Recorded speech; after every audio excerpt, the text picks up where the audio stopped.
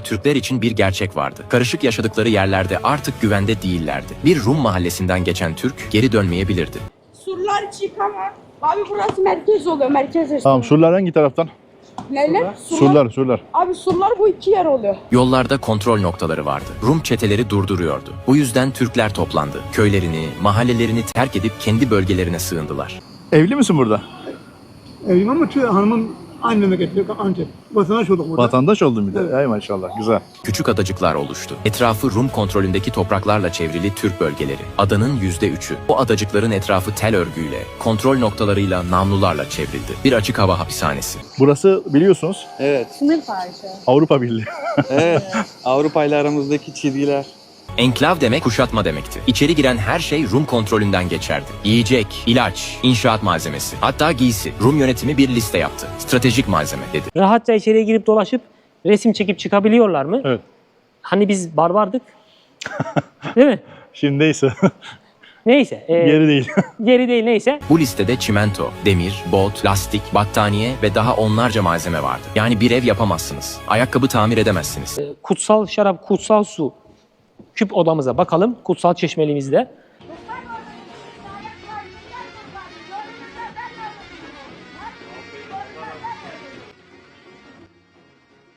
Kuzey Kıbrıs Türk Cumhuriyeti'nin başkenti Lefkoşa'dan herkese selamlar, saygılar, sevgiler. Bu Kıbrıs'la alakalı ilk videomuz. Fakat daha öncesinde farklı videolar çektim ama ilk yayınladığım video burası. İlk Lefkoşa'ya geldim. Lefkoşa'dan da Girne'ye geçtim. Şu an an itibariyle Girne kapısındayım. Lefkoşa'daki Girne kapısındayım. Bu kapı Venedikliler tarafından 1567 yılında kurulmuş bir kapı. Birazdan etrafı da göstereceğim. Ve Lefkoşa'nın 3 ana kapısından bir tanesi burası ve en küçük kapısı. Birazdan etrafı göstereceğim size. Aynı zamanda Venedikliler zamanında burası vali kapısı olarak da geçiyormuş. Daha sonra tabii Osmanlı himayesine geçince Lefkoşa isimleri değişmeye başlıyor. İşte Girne kapısı oluyor. Birazdan etrafı göstereceğim. Hatta şöyle 3 tane kapıdan bir tanesindeyiz şu an. Ve en küçük olan kapıymış burası. Girne kapısı. Hava da çok sıcak bu arada. Ya aslında erken gelmiştim ama ufak bir olumsuzluk olduğu. Şöyle SD kartı otelde unutmuşum. Daha doğrusu bilgisayarda kalmış. Dünkü videoları aktarırken böyle bir şey yaşadık. Bakın şu ana giriş kapılarından bir tane. 3 kapıdan bir tanesi en ufak olanı. Sıcak artık böyle. Düne istinaden. Şurada atamızın heykeli. Selamünaleyküm baba. Ver abi. Nasılsın, iyisin? Bakıyorsun, para vermiyor. Vermiyorlar mı? Allah sarılsın. Vallahi ya sorma. Bu millete hizmet eden onun efendisi olur demiş. Lefkoşa aynı zamanda biliyorsunuz dünyada 2 tane sayılı başkentten bir tanesi. Şöyle ki hatta 2 şehirden bir tanesi. Şehir burada Lefkoşa'da 2'ye bölünmüş. Bir tarafı Rum kesiminde, bir tarafı da Kuzey Kıbrıs Türk Cumhuriyeti'nde kalıyor. Nasılsın baba? İyisin? Oğlan oldu canım. Eyvallah. Memleket neresi? Memleket. Hatay mı? Tamam. Allah'a emanet.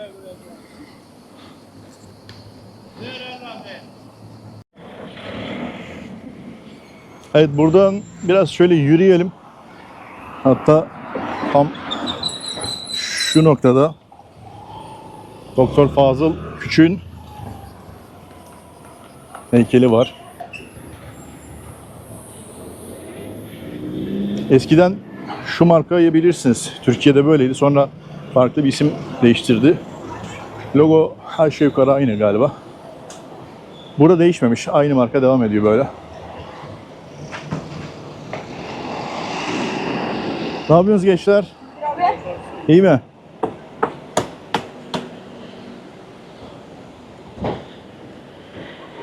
Biraz etrafı gezeceğiz şimdi. Burada her şey Türk lirası. Zaten Türk lirası üzerinden antrenörler. Abi senin mi? İstanbul'daki fiyatlardan bir tık daha uygun sanki. Gençler, surlar bu tarafta mı? Surlar çıkamaz. Abi burası merkez oluyor. Merkez restoranı. Tamam, surlar hangi taraftan? Neler? Surlar. Abi surlar bu iki yer oluyor. Surlar yok mu? Sur. Ha böyle aşağıya bakılacak abi. He, buradan Abi mı? buradan dümdüz yukarı çık, hiç dönme. Şu yoldan devam ediyorum. Dümdüz. Tamam can. Videoda mı? Evet, Kanal ne abi? Fuat Firar'da. Adın ne senin? Ali abi. Ali. İyi Ali.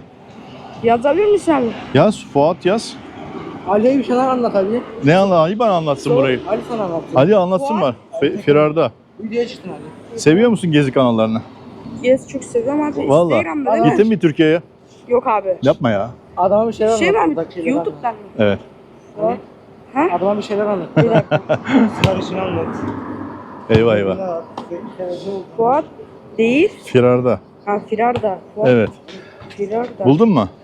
Bir dakika abi ara. Çok sıcak, ben yürüyorum artık. Hangisi abi? Tamam. Aboneyim Hadi abi. görüşürüz. Bekliyorum abi, at beni. Tamam, hadi görüşürüz. Abi videodayız değil mi? Evet.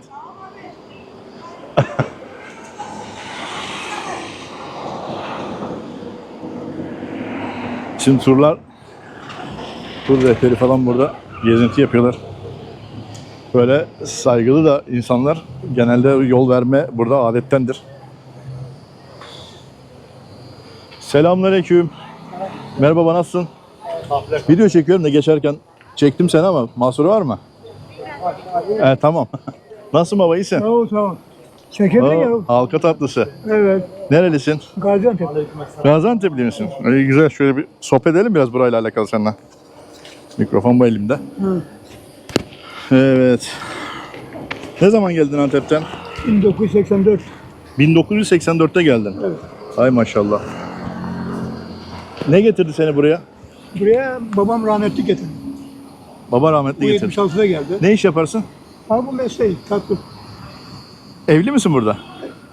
Evliyim ama hanımın aynı memleketli Antep. Vatandaş olduk burada. Vatandaş oldun bir de. Evet. Ay maşallah, güzel. Var mı burayla ilgili söyleyeceğim bir şey bize? Vallahi işte burası Türkiye'deki izleyenlere. sakin bir yer. Yani Huzurlu. herkes işinde gücünde, kavga yok, gürültü yok. Yani rahat Evet, bir- trafik stresi yok. Stresi de pek yok. Evet. Evet. Öyle kavga gürültü olmuyor burada, belli. Evet çok iyi. Aynen. İsim neydi abi? İbrahim Halil Uçar. Var mı söyleyeceğim bir şey? Ya, sağ Selam olun. söyleyeceğim mi memlekete? Memlekete bol selamlar söyle. Herkese saygı sevgi. Hadi Allah'a emanet. Sağ ol, Allah razı olsun. Kolay gelsin. Güle güle. İşte gördüğünüz gibi surlar bu taraftaymış bu arada. Surlara doğru bir yürüyelim. Şimdi çok uzatmadan söyleyeyim. Burada bir tane banka var. İsmini vermemem gerekir diye düşünüyorum. O bankanın ATM'sinden Türkiye'deki hesabınızı kullanabiliyorsunuz. Komisyonsuz para yatırıp para çekebiliyorsunuz. Bankanın isminin baş harfi G ile başlıyor. Araştırırsanız zaten Türkiye'de çok sık kullanılan bir banka aynı zamanda. Burada da ATM'leri var, bankaları var. Diğer bankalar da var tabii. Devlet bankaları vesaire ama onların komisyon oranının olduğunu duymuştum ama denemedim. Ama o bahsettiğim banka herhangi bir komisyon kesintisi uygulamıyor bu arada. Şu an surların olduğu yerdeyim. 1567-1570 yıllarında inşa edilmiş. Aynı zamanda şöyle göstereyim. Bizim Yedikule'deki surların bu bostanlıklarına benziyor. 11 burç, 3 ana kapısı varmış ve surların uzunluğu yaklaşık 5 kilometre deniliyor. İlerisi biraz daha böyle eski çarşıymış. Oraya doğru gideceğiz. Az önce bir abiye sordum burada da. Kamerayı açmadım, kapalıydı o arada. Eski çarşı ileride. Oraya doğru gidebilirsin dedi. Kafeler vesaire varmış. Bakın şöyle kiralık dükkan. Ama iş yapar mısınız bilmiyorum. Zahra Türbesi.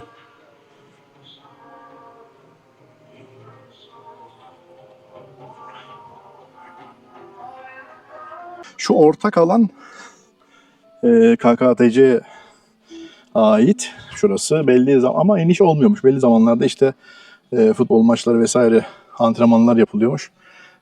Buradan sonrası yani şu karşı taraf zaten direkt Rum kesimine aitmiş. Dedim ya burası biraz farklı bir yer. Dünyada 2 tane sayılı başkentten bir tanesi. Yani 2'ye ayrılıyor burada şehir. Şehrin de 2'ye ayrılma yeri burası. Şu orta kısım dediğim gibi Türklere ait. Ve onun karşı tarafı, merdivenlerden sonrası daha doğrusu, şu karşıdaki merdivenlerden sonrası da Rumlara aitmiş. Buradan şimdi karşıya doğru biraz geçelim. Karşıya dediğim, pardon, ileri doğru geçelim. Orada tel örgüler varmış. O tel örgülerden Rum tarafının olduğu yeri daha iyi görülebiliyormuş. Kolay gelsin. Burası mıydı sınırın olduğu yer? Aynen. En park. Şu tarafı değil mi? Evet evet. Ne kadar gidebiliyorum? Şuradan içeri doğru. Ne kadar gidebilirsiniz? İçine girebilirsiniz. Burayla ilgili biraz bilgi aktarmak ister misin? Video çekiyorum. Kısmen. Yani dediğim gibi parkın içine girebilirsin. O parkın içerisinde zaten diğer tarafta Rum tarafını görebiliyorsun. Tamam. Bu şekilde. Tamamdır. Teşekkürler. Kolay gelsin.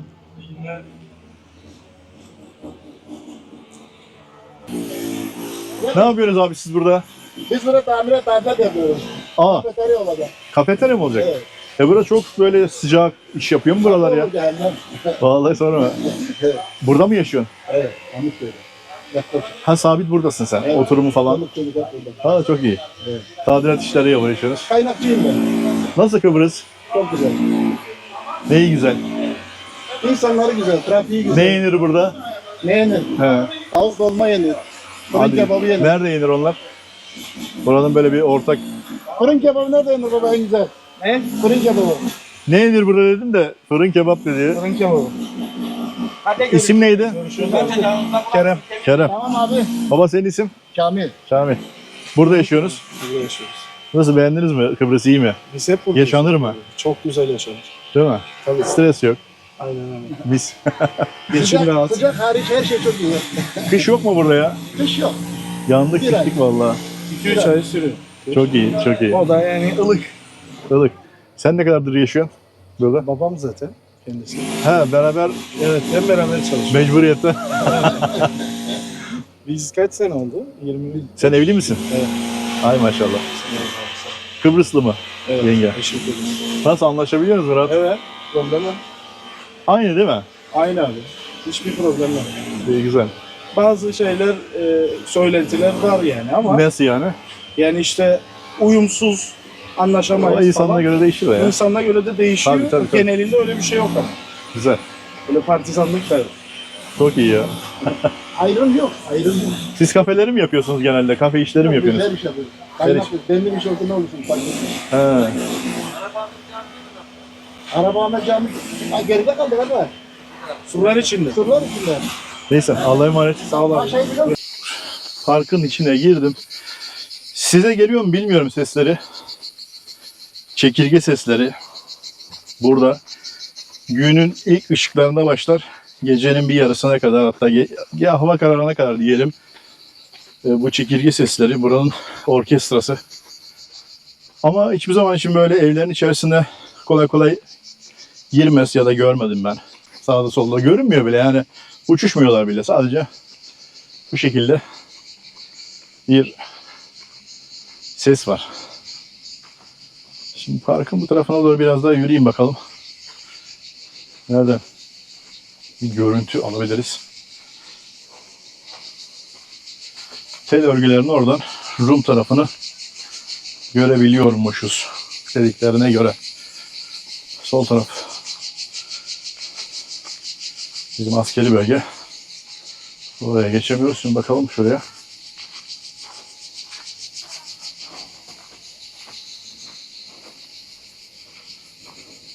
Bakalım bir gedik var mı tel örgülerde? Evet, burası şimdi tam karşıda Rum kesimi.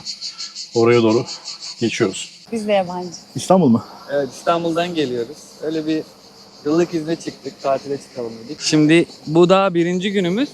Öyle mi? Önce tarihi alanları geziyoruz. Güzel. Ondan sonra plaj, kum, güneş. Onu Evet, biraz evet. sonraya sakladık. Burası biliyorsunuz Evet, Sınır farkı. Avrupa Birliği. evet. Avrupa ile aramızdaki çizgiler. Sadece bir tel örgü var aramızda. Öyle. Aşabiliriz bence. Biz de buraları görmeye geldik öyle bu şekilde dolaşıyoruz. İlk gün değil mi? Aşırı sıcak İlk gün. ama. Nasıl buldunuz Kıbrıs'ı? Vallahi biraz sıcak. Evet. Biraz değil bayağı sıcak. Bayağı Bayağı sıcak, bayağı. Evet. Güneşten kaçmaya çalışıyoruz ama aslında araba da hiç kiraladık. Tamam. Ama biraz sokakları görelim dedik. Tabii Yani burada çünkü arabayla gezemezsiniz yani tarihi yerler özellikle. Yollar da çok dar. Hangi şehirlere gideceksiniz? Yani Girne'ye gidin Girne'ye bence. gideceğiz. Gazi Mausa'ya gideceğiz. Evet. Alsancak tarafı, Yeni İskele tarafı. Evet. Bu taraflara falan gideceğiz. Bakalım. Zaten Lefke oteldeyiz. Güzelce falan oralar da güzeldir. Evet. Siz gittiniz mi? Ben Lefke Güzelce tarafına gittim. Yarın bir Karpaz var. İşte sabahtan Karpaz'a gideceğim. Orada son videoyu çekip ondan sonra Türkiye. Ya Evet. Karpaz'ın da eşekleri meşhur. Bayağı. Öyle Ya doğası, diyorlar. genel olarak doğası Evet. diyorlar. Evet. Bakalım artık daha bilmiyorum, gidince göreceğiz. Öyle. Burada da Yunan bayrağı var zaten. Yani şurası mı? Karşı taraf Rum kesimi. Ya o kadar sıcak ki böyle dilim damağım kurudu. Yaklaşık şu an 42 derece. Hafif bir rüzgar esiyor ama çok az böyle. Ama 42 derece gösteriyordu şu an. İnanılmaz bir sıcak var. Şöyle dediğim gibi Birleşmiş Milletler'in kulesi. Şu an herhangi bir nöbetçi görünmüyordu. Burası da boş evler. Neden bilmiyorum. Yaşayan yok herhalde burada şu an. Ya da varsa da ben göremiyorum. Şöyle eski tarihi Kıbrıs evleri. Bakın. Osmanlı zamanından kalma olduğunu düşünüyorum o evlerin. Şöyle bakın, bu evlerin birçoğu boş. Boş olanlar var. Mesela burada bir tanesi boş. Bazılarını böyle onarıp kafe yapıyorlar. Kafeye çeviriyorlar. Şu an bu boşalmış mesela. Bakın içerisinde böyle yataktır, battaniyeydi, onlar bile var. Burası aynı şekilde böyle. Burada şey var böyle Kıbrıslarda. Bu meşhurdur. Bir şey olacağı zaman olsun ya da olacak mı diye sorulduğunda halledeceğiz derler. Yani o halledeceğiz denildiyse sen onu unut gibi bir şey de çıkabilir aslında. Ya bakarız falan gibi. Halledeceğiz denildiğinde bekliyordum olacak diye bir şey. Ama o olmayacak anlamına gelebiliyor da. Olsun. Güzel. Yine de iyi yani. Güzel bir kültür. Konuşmalarda da böyle daha çok işte güzel olan şeyi mesela nasıl desem Ellimcik sokak, yani güzel bir sokaksa sokakçık, öyle şey ekliyorlar, ek koyuyorlar. Onu biraz daha böyle şirin hale getiriyor. Şöyle bakın, Kıbrıs'ta bu ağaçları her yerde görebiliyorsunuz. Ben ilk gördüğümde bunları iğde ağacı sanmıştım. Bunlar zeytin ağaçları. Şöyle zeytin meyveleri. Bakın. Gördüğünüz gibi. Yeşil yeşil bayağı zeytin veriyor burası. Normal yol kenarında bile bu zeytin ağaçlarını her yerde görebiliyorsunuz. Bakar mısınız? Ne güzel ya.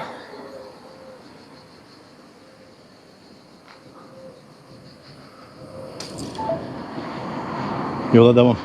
Şöyle serin bir şeyler almam lazım. Söyle.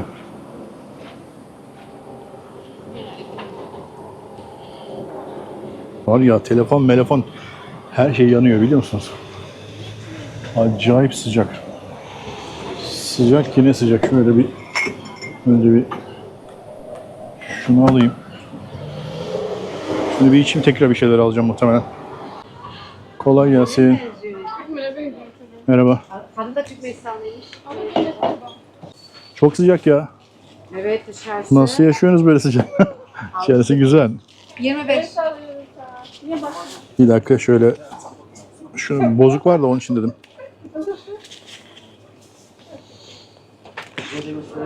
Şöyle verdim. Sendekiler nasıl? Ne ya? Teşekkürler. Z raporu aldım, X raporu yeniden. Aklım Allah ya. Limonlu bir soda. Bakın şöyle kıyafet fiyatlarını biraz göstereyim, olan yazanları. Şortlar 400 lira. Şöyle formalar var. Bunlar tabii çakma formalar. 400 lira falan. Sim kart fiyatı da Havalimanında uygun, bilginiz olsun. Yani illaki şeyden almanıza gerek yok böyle. Şehir içinden 600-700 lira civarı. Pek bir fark yok. Aynı sayılabilir. Aynı, hatta belki de daha uygun da olabilir. Bazı kaynaklarda havalimanının fiyatları, sim kart fiyatları, internet fiyatları daha uygun diyorlardı. Ama benim gözlemim havalimanındaki sim kart ve internetler gayet makul fiyatlı. Merhaba. Burada mı çalışıyorsunuz? Sohbet edelim mi biraz? Video çekiyorum.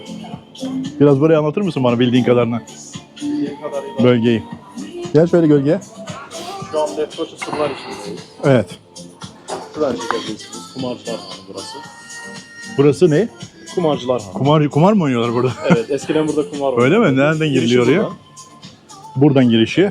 İleride 100 metre gidersiniz, sağınızda büyük han olacak. Tamam. Selimiye Şurası değil mi? Camii. Evet, şuradan ileride. Selimiye Camisi de oralarda.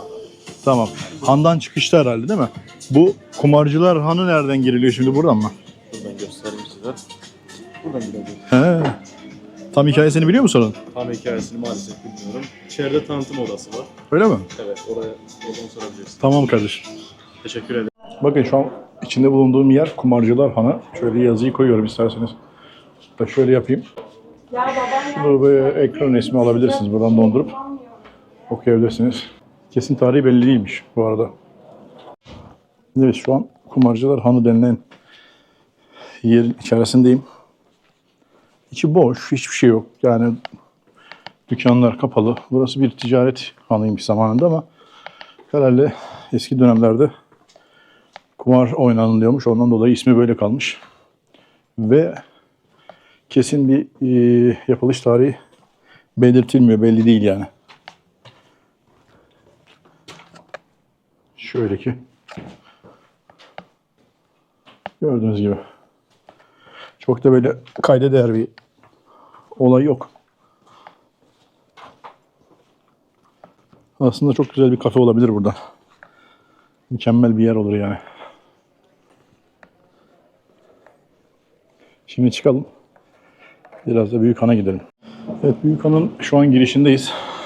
İçeri doğru girelim. İnsanlar gördüğünüz gibi burada resimler çekiliyor. Biraz burayla alakalı size bilgiler aktaracağım birazdan. Kuzey Kıbrıs'ta orijinal halini koruyabilmiş en önemli Osmanlı eserlerinden bir tanesi. Şu an alt katındayız. Kafeler, restoranlar var. Birazdan üst tarafa doğru da çıkarız. Diğer kapısından çıkınca da Selimiye Camisi'ne doğru gidebiliyoruz. Şimdi üst kata çıkalım. Tam ortasında bir mescit var. Şöyle kafeler. Bizim Eminönü, Sirkeci taraflarında bu hanlar var ya, onlar gibi, onlara benziyor diyebiliriz.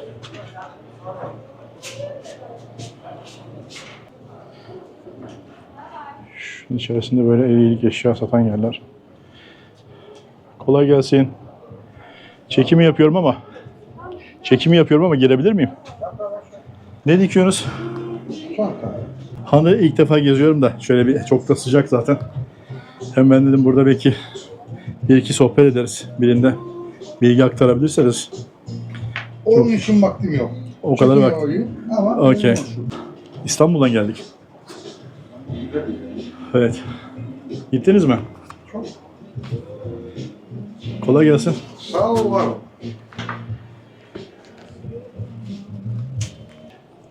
Kameradan biraz uzak duruyor. Kameraya bile bakmadı yani. Hiç umursamadı bile. Gelebilirsin dedi ama bizimle muhatap olmadı, olsun. Sağlık olsun. İşi gücü vardır, ondandır herhalde. Diyelim.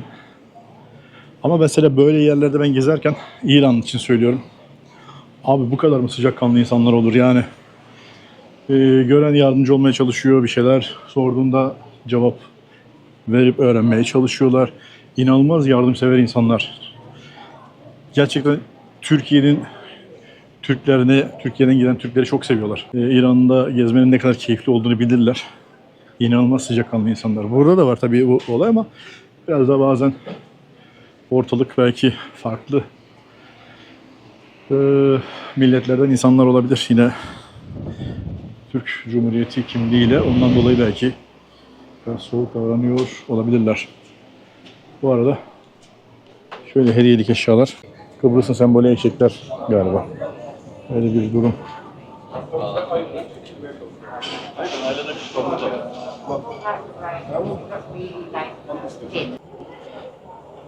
Kolay gelsin. Şöyle gömlekler falan var. Ortalama 20 euro şu an çarşı içerisindeyim. Selimiye Camii'ye doğru gidiyorum. Çarşının içerisinde. İşte bunlar hep euro bazında 10 euro. Yani Rum tarafına geçmemişken bile bizim fırsatçılık geçmiş bile euro tarafına. Sadece fiyatlar değişmiş. Şimdi izleyenler bana kızacak belki ama işin aslı bu. İnsanları böyle esnaftan bahsediyorum. Pek böyle sıcakkanlı görmedim yani açıkçası burada. O derece şeyleri yok. Öyle bir durumları yok. Ama olsun yine de. Bir bakkal bir şey var burada.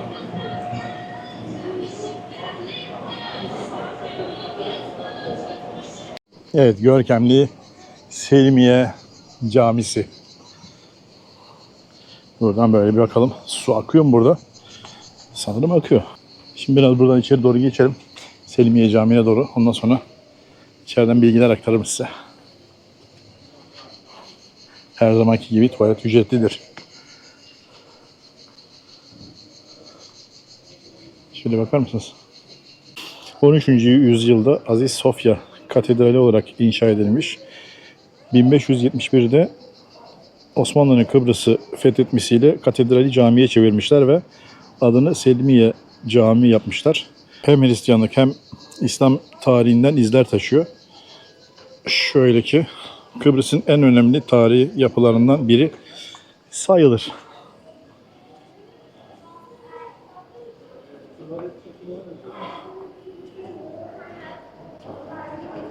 Şöyle ki şimdi buradan içeri doğru bir girelim.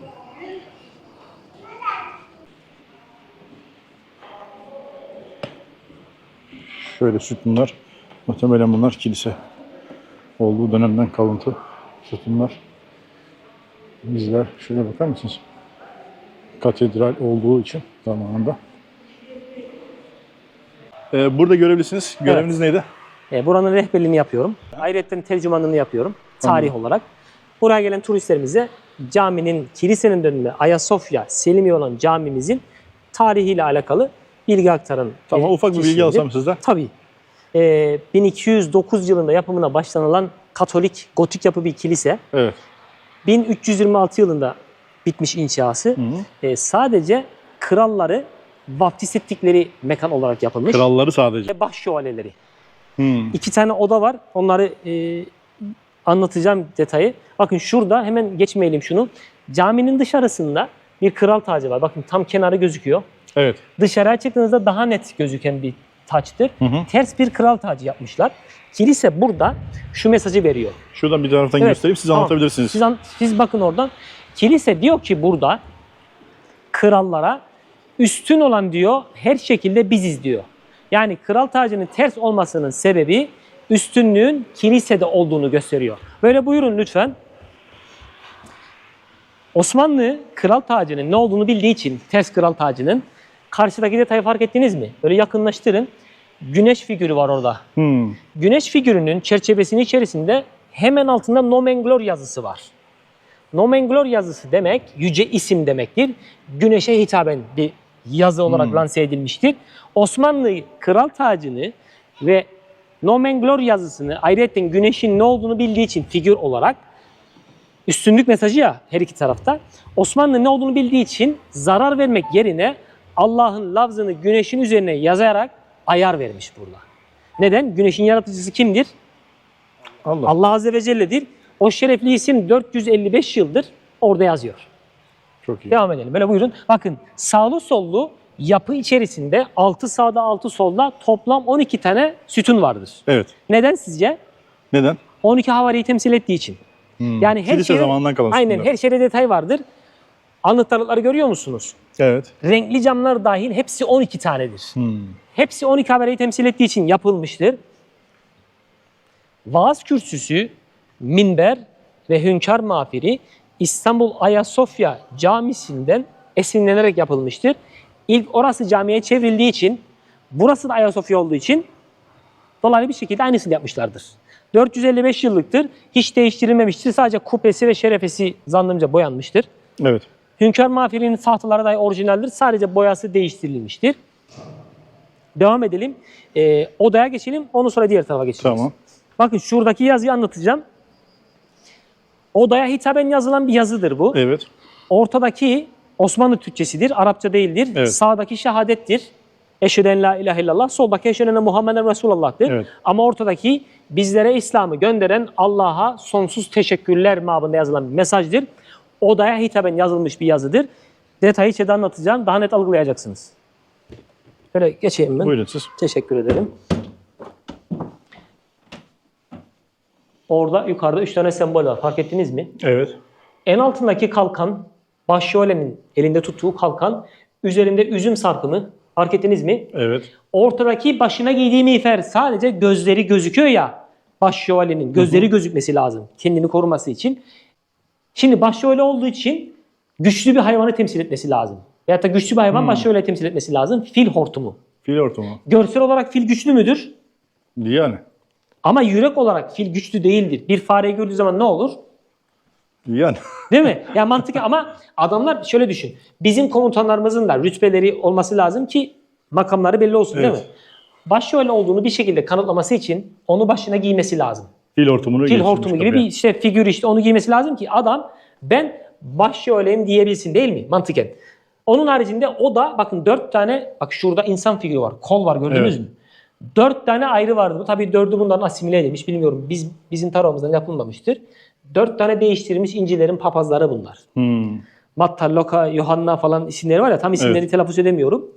O da başşövalyenin vaftiz edildiği oda olduğu için zannımca eskiden kapıydı burası. Buradan günahkar girip belli bir gün mühlet ile inzivaya çekiliyor. Günahlarından artık vaftiz edilip çıktıktan sonra arınmış bir şekilde temiz çıkıyor. Şimdi burada 4 tane adam var. Putperestlik değil midir bu? Yani. Evet. Niye Osmanlı onlara yazmış? Şimdi anladınız mı? Bizlere İslam'ı gönderen Allah'a sonsuz şükürler olsun mesajı vermiş. Evet. Yani putperestlikle alakalı bir şey değil. Tamamıyla hak olduğunu temsil ettiği için. Ama odaya asimile etmemiş. Oda sapasağlam duruyor mu? Evet. Duruyor. Onun haricinde bakın lahit taşları var. Rahibe, rahibe, rahibe, papaz, rahibe, şövalye ağırlıktır. Lahit taşları bunlar. Kilise için geçmiş dönemde önem arz eden rahibelerin, papazların ve şövalyelerin lahit taşları, mezar taşları bunlar. Geçmiş dönemde dışarıda göstereceğim yerini, oraya devam edelim istiyorsanız. Buyurun. Hoş geldin. Bakın şurada karşıda bir bölüm var, kesili, görüyor musunuz? Evet. Genel o bölgedeydi bunlar. Sırf zeminde kalmasın diye yerden sökülüyor. Yeni bir zemin yapıldı tahtadan 20 santim yukarıya. Zeminde kalmasın diye, tabii bir ceset, bir beden falan rast gelinmemiştir, bilmiyoruz. Dolaylı bir şekilde son 5 yıllar restore edildiği için cami diğer inançlara da saygı mabında yapılmıştır. Yerden sökülüyor, zeminde kalmasın. Şuralarda zannediyor. Buradaydı zannediyorum. Odaya götürüldü, oraya monte edilip müze haline getirilip sergileniyor. Halının rengini fark ettiniz mi? Bordoydu. Restore edildiğinde turkuaz yapılmış ve sade, zaten fark ettiyseniz. Evet. Turkuaz bizi temsil ettiği için, Türkleri temsil ettiği için. Evet. Bu da mesajı içerir. Zannımca bakın içeriye turistler girdi. Turist kafile girdi. Şimdi burası Türklerin himayesinde olan bir yer değil mi? Aynen. Rahatça içeriye girebiliyor mu turistler? Evet. Ben her gün buradayım. 1000 kişi güne geliyor buraya. Hiç kimseye dokunulmuyor. Rahatça içeriye girip dolaşıp resim çekip çıkabiliyorlar mı? Evet. Hani biz barbardık. Değil mi? Şimdi neyse. Neyse. Yeri değil. Yeri değil, neyse. Dolaylı bir şekilde bak. Kilise yapıldığı zaman geçmiş dönemde bakın bir oda, rahibe ve papaz odası. Papazın ritüeli izlediği yer burası. Zannımca orası. Karşı tarafta da aynı şekilde vardı geçmiş dönemde. Öyle bir yapılmış kilise ki haç şeklinde yapılmış. Bakın geliyor sola, sağa açıldı, arkaya uzadı. Fark ettiniz mi? Yukarıdan da çekim yaptığınız zaman net haç şeklinde yapıldığını daha net görürsünüz. 4 tane sütun var bakın. Evet, o dikkatimi çekmişti de böyle bir. Şimdi 4 tane sütun olmasının Bunlardan sebebi bağımsız. zaten 4 İncil'in papazları. 4 değiştirilmiş İncil'in papazlarını temsil eder. Ama farkındaysanız 3 giriş var. 1, 2, 3. Evet, şöyle. Baba, yani. oğul, kutsal ruh. He, yani orada bir mesaj var. Yine bir mesaj var. Kilisenin girişinde, caminin girişinde bahsettiğim gibi kral tacı. Videonun çekimi başında. Bakın test bir kral tacı. Yine baş aşağı gelmiş bir kral tacı. Baptist alanı olduğu için güneşin altı, bu çukur eskiden şu taş buradaydı. Şimdi çekim yapacağım taş şuradaydı. Sadakat yemini yaptıkları zaman krallar şuradaydı. Şurası. Şurasıydı. Tamam. Kilisenin kıblesi olduğu için o yöne bakması lazım. Sadakat yemini yaptıkları zaman krallar, bakın Şurası. üzerinde bir tane kuğu kuşu var. Fark ettiniz mi? Öyle yakın Evet. çekin. Bakın. Burun deliği hayvanın ağzı, boynu, vücudu Evet. ve ayakları. Kuğu kuşu saflığı, berraklığı temsil ettiği için Katoliklerin inancında İsa'yı temsil eder. Ve sadakat yemini yaptıkları zaman krallar tacı giydikten sonra saf ve berrak kalacaksın mesajı veriliyor. Dolaylı bir şekilde. Onun haricinde zaten baptist yapıldığı zaman sadakat yemini gösteriyor ya, güneşin altında Nomenglor yüce ismin altında zaten tapınıyor. Sağ tarafta ters kral tacı, üstünlük her şekilde burada kimde? Kilisede mesajı veriliyor. Bu bununla alakalı bir şey. Şu kapı Sultan Abdülaziz kapısıdır. Onun döneminde açılmıştır. Şu kapı. Şu manayla açılma sebebi şudur. Kilisenin kıblesi olduğu için burası. Geçmiş dönemde. Diğer tarafa çıktığınızda dışarıya üzerinde ayeti kerime vardır. Hak tecelli etti, batıl yok oldu ayeti var üzerinde. Kilisenin kıblesi olduğu için bir de güneşe taptıkları için batıl inanç mıdır? Açılma sebebi şudur. Kıblenizi yıktık, batıl olan inancınızı. Zaten Kudüs'te böyle, Kabe'de böyle değil midir? Evet. Hak tecelli etti, batıl yok olduğu mesajı vermiş. Burada Sultan Abdülaziz kapısı onun döneminde açılmıştır. Onun detayı da odur. Üzerindeki çiçek figürü ise Şuraya yakından göstereyim. lale ve gül.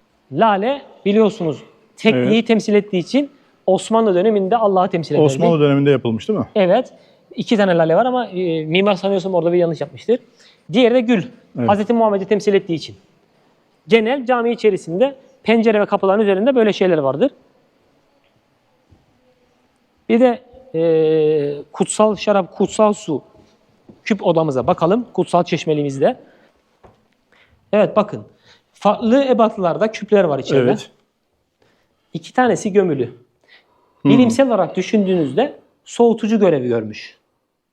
Bir tanesi kutsal Şöyle. şarap, bir tanesi kutsal su olarak Evet. düşünüyoruz. Neden derseniz diğerleri temel gıda olarak üzüm, peynir, ekmek olarak kullandıklarını düşünüyoruz. Şu detaylar şununla alakalı. Kutsal çeşme. Yani Çeşme miymiş burası? evet. 2 tane haznesi var. Yakın gelin şöyle bakın. 2 tane haznesi var değil mi? Gördünüz mü? Evet, evet. 2 tane gediği olan geçmişte musluk vardı buralarda zaten. Birinden şarap alıp oraya koyuyorlar. Birinden su. Kutsal şarap, kutsal su oluyor mu? Bence oluyor. İşin içine bu girdi mi? Kutsallığı daha çok ispat ediliyor değil mi? Yani doğal bir şekilde. Kendilerince. Ya onlar bizlik bir şey yok burada da. Bizim inancımıza göre bir şey değil bu. Ne yapıyoruz? Bakın saygı duyuyoruz. Hiçbir Tabii şekilde canım. asimile edilmemiş. Hiç bozulmamış bile. Türk olduğumuzu gösterdiği içindir.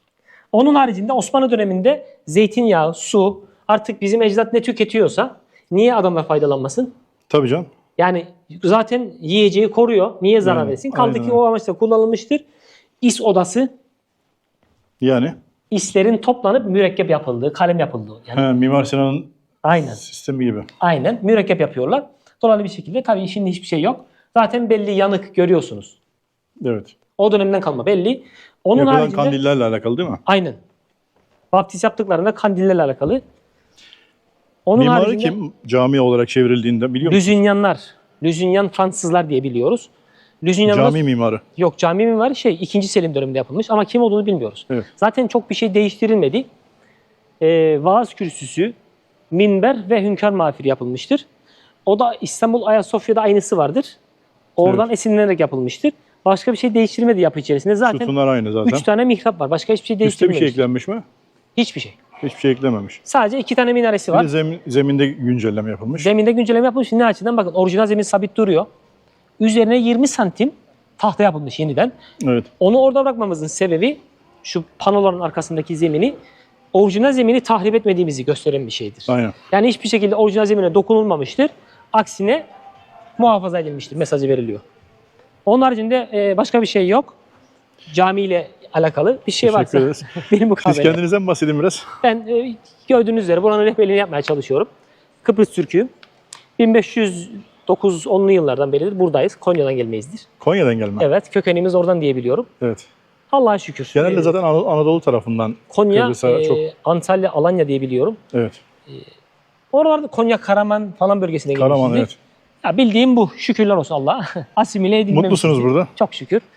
Bizim için, Türkiye'de bizim için biridir. Kıbrıs'ta biridir. Gelip gidiyor musunuz? Nasıl? Gelip gidiyor musunuz Türkiye'ye? Türkiye, İstanbul'a. İstanbul'a. İnşallah nasip ederse Cenab-ı Allah başka yerlere gideceğiz. Bilhassa Konya'ya. Konya'yı daha görmediniz değil mi? Yok, hiç nasip olmadı. İnşallah olacak. İnşallah inşallah. Evet. İsim ne demiştiniz? Derviş Kahraman Derviş. Fuat ben de. Memnun oldum. Amcamın adı, Allah razı olsun. Öyle mi? Güzel. Allah razı olsun. Selimiye Camisi'ne geldiklerinde size burada ulaşabilirler. Mutlaka ulaşabilirler. Orada onlara da aktarabiliriz. Eksik Teşekkür bir şey varsa ederiz. hallederiz inşallah. Çok sağ olun. Bir mukabele, memnun oldum. Eyvallah. Teşekkürler. Teşekkür ederim. Selimiye Camisi'ne güzel bir anlatım oldu. Buradan birazdan yemek yiyeceğim bir yer varmış. Onu öğrenmiştim. Birazdan oraya doğru geçeceğiz. Kıbrıs yemekleri satılıyormuş. Pazar varmış. Belediye pazarı diye geçiyor. Bu da buranın, Lefkoşa'nın tarihi yerlerinden bir tanesi. Biraz buraya girelim. Şöyle bir etrafı görelim. Çarşı pazar yapmış oluruz. İşte şöyle banklar var.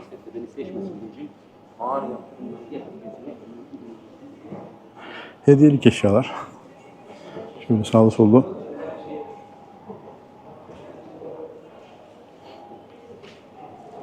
Kolay gelsin baba.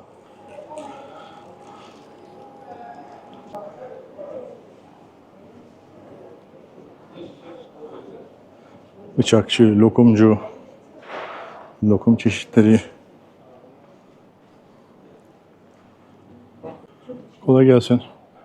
Burada bir lokanta varmış. Kıbrıs yemekleri veren yer.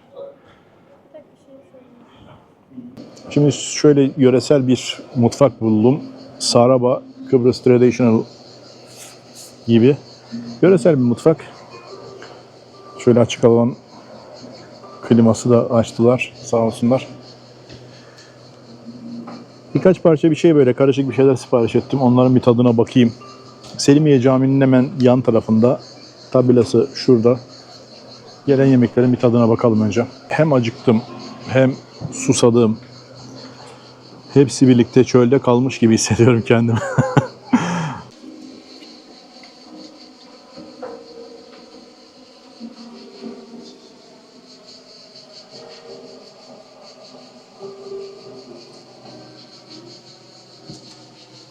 Çok iyi. İçinde kullandıkları bir mandalina var. Kıbrıs mandalinası denilen. Onun verdiği güzel bir aroma var. Mis. Şimdi yemeğimiz geldi şöyle.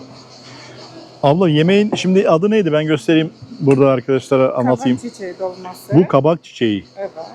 Bu neydi? Kıbrıs köftesi. Kıbrıs köfte. Bu hellim zaten. Evet. Hellimin ne farkı var? Ne özelliği var Kıbrıs helliminin? Her yerde hellim peyniri olur ya, biz Türkiye'de de var. Koyun hellim olunca daha lezzetli olur. Teşekkür ederim, sağ olun. Elinize sağlık. Kıbrıs köftesi.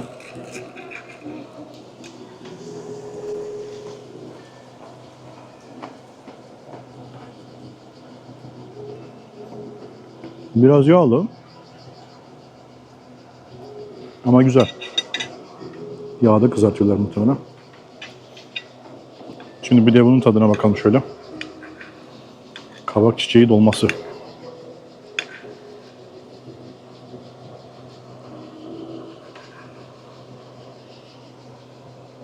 Olay bu. Kabak çiçeğinden yapıyorlarmış.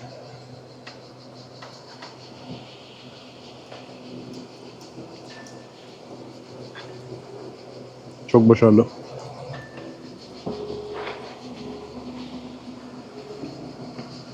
Hellimi severim bir de.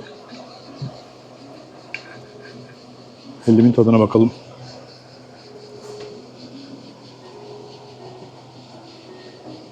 Güzel.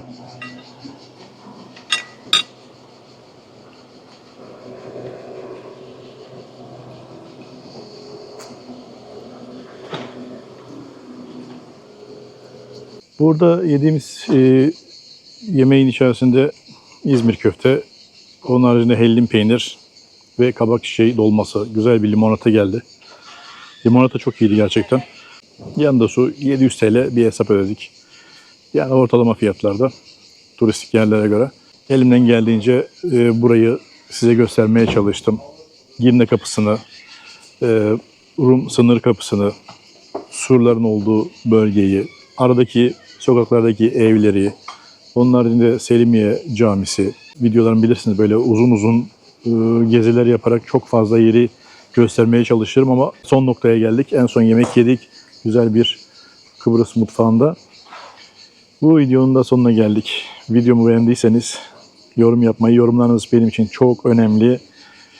Abone değilseniz abone olmayı lütfen ihmal etmeyin. Beğenmeyi, yani like tuşuna basmayı da ihmal etmeyin. Severek izlediğiniz videolarımı da sevdiklerinizle paylaşarak bana daha fazla destek verebilirsiniz. Bir sonraki güzel Kıbrıs videolarında görüşmek üzere. Hoşça kalın.